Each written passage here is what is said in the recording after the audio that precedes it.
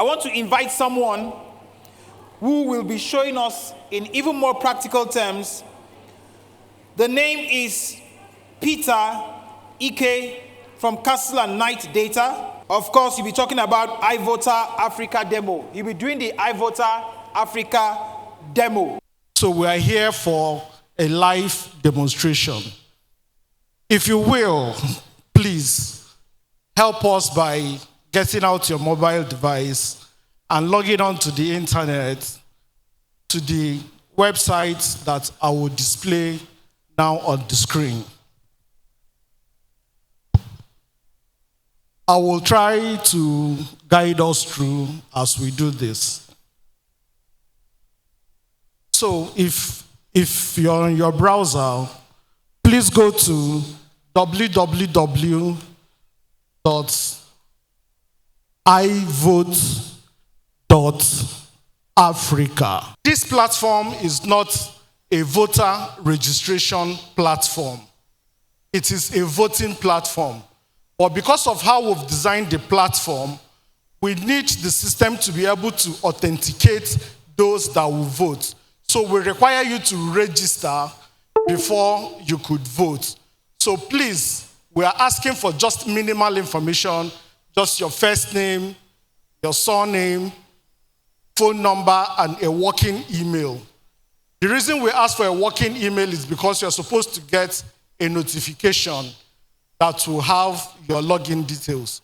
So if you're there, please just enter your first name, your other names, and then phone number and email.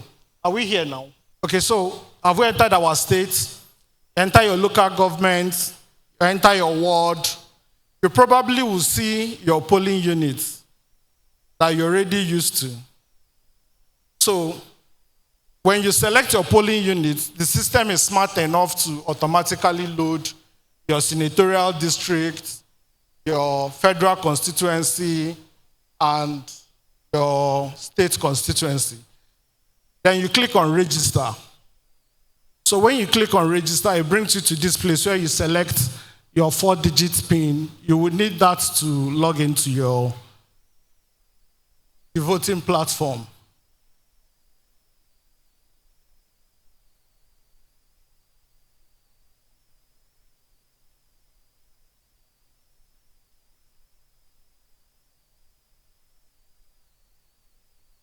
Fine. If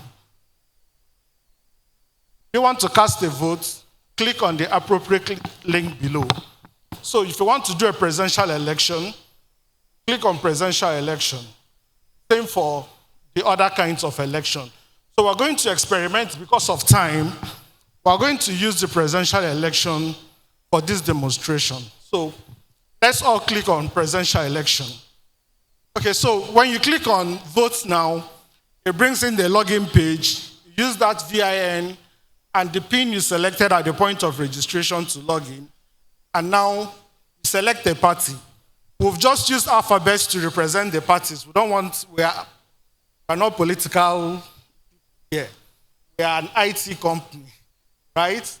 So you choose a vote, a party, and submit your vote. If you have cast your vote in presidential election, please can you try to do a double voting or try to somehow rig the system? I don't know. So let's see what happens. You've already voted in this election. I don't know the state you registered from, but try to do a governorship election. Same with you, ma'am, or any other person that has registered.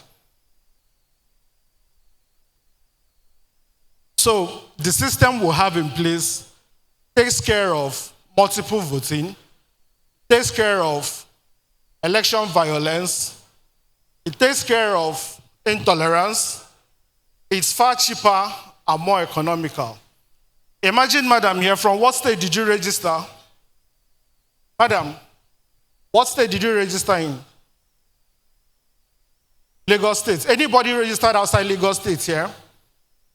Which state? Abia State. Kogi State. Kogi State. Ogun State. Any other state outside Lagos? Fine. You know the implication of this? What this means is that if we are having a presidential election today, You don't need to be locked down in your house. It means if you have a business in Lagos, if you have a business in Abuja, if you have a business anywhere in the country, you can walk into a polling unit, cast your vote, and your vote will read for Lagos State, for Kogi State, for Ogun State, for Abia State, right? So the bottlenecks that we experience during the election, forcing people to sit at home, losing man hours and all of that, will be a thing of the past. Now we've tried to do multiple voting, and we can see that the system will not permit that to happen. Now, that also means elections can hold more than one day. I read in the papers that the House of Reps, they are trying to propose that elections should be done together. I think the idea is to ensure that, this bandwagon effect, if you help me rig, I help you rig, and all of that. But rigging thrives in the shortness of election period. If we're able to catch them now and here, if we're able to disrupt this election here and now, if we're able to manipulate the figures here and now, then we can manipulate the system and take advantage of the system and rig ourselves into power. The implication is that if you come back tomorrow, madam, and you want to vote in this same election, it will tell you you've already voted, as long as it is presidential election 2025, with that voter identification number, you will not be able to cast that vote again. So, I can vote on the island, I can vote from the mainland, I can vote from outside Lagos, I can vote from anywhere in Nigeria. If a governorship election is holding, and the area where I live, I feel will have some form of intolerance, maybe for religious sentiments or tribal sentiments or for whatever sentiments, people will not allow me to vote. I can easily move to another area where it is tolerant for me to vote. I will cast my vote, and it will still count for my polling unit. It will still count for my ward. It will still count for my local government and for my state. So what we've built here today is very powerful. It's going to be the game changer. It's also going to be much more affordable. Today we are talking about sustainability, we are talking about innovation. I read in the papers how much INEC budgeted for by-elections, not general elections, just this year. And we compared it with our estimated cost of implementing this, and the differences are mind-boggling. We can't continue to waste resources. We can't continue to throw resources away. But beyond the voting and not being able to rig the system, please go to your devices and let us see the effect of what we have done. When you log on to the platform, go to election results. Is anybody there? So you go to election results.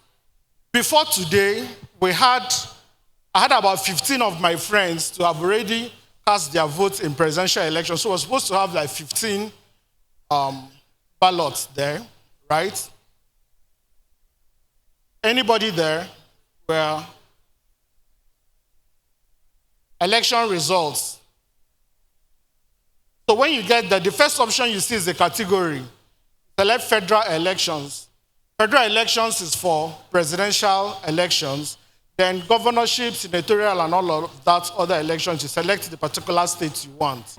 You will see a breakdown of the results of the votes that you have casted just here and now.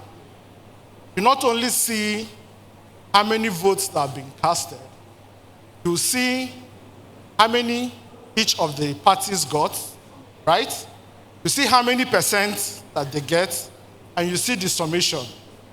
This is what takes INEC 4 days, 5 days, sometimes 1 week to collate, count, transmit, rig, and announce.